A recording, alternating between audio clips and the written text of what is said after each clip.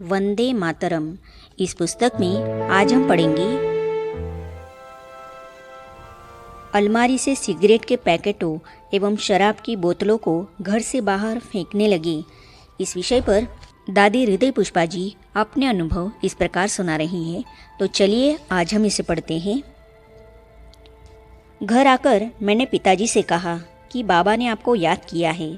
यह बात सुनकर पिताजी एकदम स्तब्ध रह गए, जैसे कि बिजली का शॉक लग गया। उन्होंने कहा, क्या बाबा ने मुझे याद किया? चलो अभी चलते हैं बाबा से मिलने। पिताजी को लेकर मैं बाबा के पास गई। बाबा ने पिताजी से पूछा, क्या आप मंदिर जाते हो? पिताजी ने कहा, हाँ रोज जाता हूँ। फिर बाबा ने पूछा, मंदिर में देवता को भोग लगाते हो? पिताजी ने कहा, हाँ दूध फल लगाता हूँ। बाबा मुस्कुराए और कहा, बच्चे मंदिर में जड़ मूर्ति को दूध फल आदि का भोग लगाते हो, लेकिन तुम्हारे इस देह रूपी चैतन्य मंदिर में आत्मा रूपी चैतन्य देवता बैठी है। उसको दूध फल का भोग लगाने के बदले बीड़ी, सिगरेट, मांस, मदिरा का भोग क्यों लगा रहे हो? ऐसा तामसिक भोग लगाकर चैतन्य मूर्ति और मंदिर को क्यों अपवित्र बना रहे हो? बाबा की ये बातें सुनकर पिताजी में ज्ञानोदय हुआ। बाबा के पैरों को पकड़कर रोने लगे। बाबा से हाथ जोड़कर कहने लगे, बाबा मुझे क्षमा करो, मुझसे गलती हो गई। बाबा ने कहा, ठीक है, पास्ट इज पास्ट, अब करेक्शन करो। पिताजी घर आकर अलमारी खोलकर सिगरेट के सारे पैकेटों एवं शराब की सारी बोतलों को घर से बाहर फेंकने लगे। उनके भाई मेरे चाचा जी ज़ोर ज़ोर से चिल्लाने लगे कि भैया आप क्या कर रहे हो? इतनी महंगी विदेशी शराब क्यों बर्बाद कर रहे हो? आपको नहीं चाहिए तो मुझे दे दो। पिताजी ने कहा, नहीं, इन चीज़ों ने ही मुझे पापात्मा बनाया है। इनको तुम्हें देकर और पापात्मा बनना नहीं चाहता। उस दिन से पिताजी भी नियमित रूप से सत्संग में जाने लगी।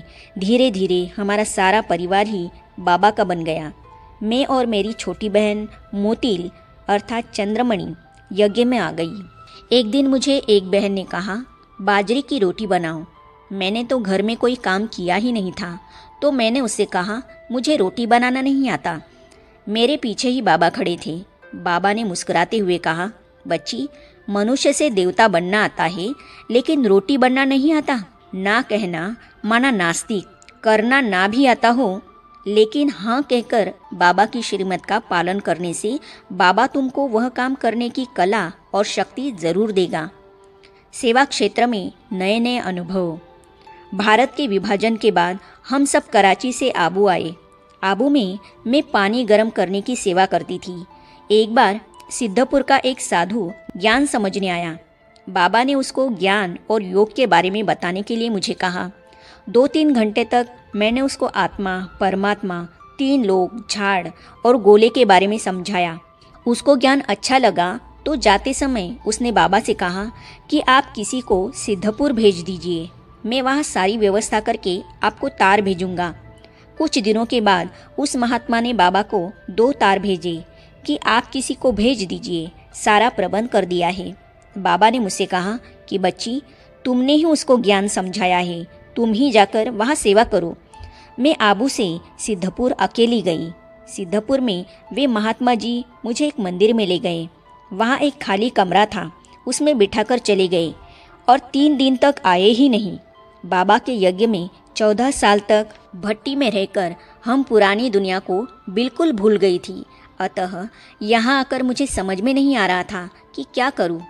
3 दिन और 3 रात बाबा की याद में ही बैठी रही उस कमरे में। इसी बीच किसी ने आकर पीने के लिए पानी दिया, मैंने उसे पी लिया। 3 दिन के बाद साधु ने आकर पूछा, आपने क्या खाया? मैंने कहा, योग का नाश्ता किया और योग का ही खाना खाया। वह स्थिति को समझ गया, तुरंत जाकर थोड़ा आटा ले आया, उसी से रोटी बनाकर खा ली। इन 3 दिनों में मुझे कोई भी संकल्प नहीं आया कि इस साधु ने ऐसा क्यों किया, बाबा ने मुझे यहाँ भेजकर ऐसा क्यों किया। मैं तो बाबा की याद में मस्त थी कि बाबा मेरे साथ हैं, जो भी करना है उसी को करना है। बाबा ने मुझे यहाँ भेजा है तो मेरी रक्षा करना उसकी ही जिम्मेवारी है। उसी दिन महसाना में एक युगल को साक्षात्कार हुआ था। उस साक्षात्कार में बाबा ने उसको कहा कि सिद्धपुर में मेरी बच्ची आई हुई है, उसके पास जाओ। उससे तुमको मेरा सत्य परिचय मिलेगा। साक्षात्कार में उनको बाबा ने वह मंदिर भी दिखाया था। वे सीधे मंदिर आए और कहने लगे कि कल हमें आपका साक्षात्कार हुआ है, आप हमारे साथ चलिए, मेहसाना में आपका सारा प्रबंध करेंगे। मैंने कहा, आपके पास आने के लिए मुझे बाबा से छुट्टी लेनी पड़ेगी। छुट्टी मिली तो मैं आऊँगी। बाबा को मैंने पत्र लिखा तो बाबा ने कहा, बच्ची ज़रूर जाओ। उन दोनों के साथ मैं मेहसाना गई। मेहसाना में बहुत बड़ा मकान मिला। उस भाई ने खाने की सब चीज़ों की व्यवस्था की। वह भाई राशन अफसर था। इस प्रकार मेहसाना में बाबा की सेवा शुरू हो गई। कुछ दिनों के बाद बाबा का तार आया कि तुम्हारे लौकिक पिताजी की तबीयत बहुत खराब है, तुम पूना जाओ। लेकिन यहाँ बाबा के नए नए बच्चे आ रहे थे, उन्हें छोड़कर कैसे जाए, यह समझ में नहीं आ रहा था। मैंने बाबा को तार भेजा कि बाबा मैं पूना नहीं जा सकती, यहाँ सेवा है। फिर बाबा ने ऑलराउंडर दादी अर्थात गुलजार दादी की माताजी को भेजा। मैं पूना गई लौकिक पिताजी को देखने। तब तक वे ठीक हो गए थे। कुछ दिन रहकर मैं आबू आ गई। इसके बाद अजमेर से निमंत्रण आया तो बाबा ने मुझे वहाँ भेजा। वहाँ भी कुछ समय तक सेवा में रही। उसके बाद बाबा का तार मिला कि तुम दिल्ली जाओ। अजमेर से कमलानगर दिल्ली गई। कुछ दिनों के बाद बाबा का एक तार और आया कि मद्रास जाओ। वहाँ गई। फिर बाबा ने तार भेजा कि आबू आओ। मैं वापस आबू आ गई। इस प्रकार बाबा ने मुझे मध्य भारत, उत्तर भारत और दक्षिण भारत में सेवा के लिए भेजकर सेवा का प्रशिक्षण दिया। एक दिन मैं पहाड़ी पर बैठी बाबा की याद में मगन थी। इसी बीच मुझे अशरीरी वाणी सुनाई पड़ी कि जाओ सेवा के लिए निकलो। योग से उठकर यहाँ वहाँ देखा तो कोई दिखाई नहीं पड़ा। दूसरे दिन भी जब मैं योग में बैठी थी तो वही आवाज़ सुनाई पड़ी कि जाओ सेवा पर जाओ। फिर एक दिन बाबा ने मुझे कमरे में बुलाया और कहा, बच्ची जाओ सेवा के लिए निकलो। दक्षिण भारत में मेरे लाखों भक्त हैं, उनको मेरा परिचय दो। वहाँ मेरे भोले बच्चे हैं, जाकर उनकी सेवा करो। आगे हम पढ़ेंगे ईश्वरीय सेवार्थ बाबा ने मुझे दक्षिण की ओर भेजा। तो इन अनुभवों को हम पढ़ेंगे अगली कड़ी में।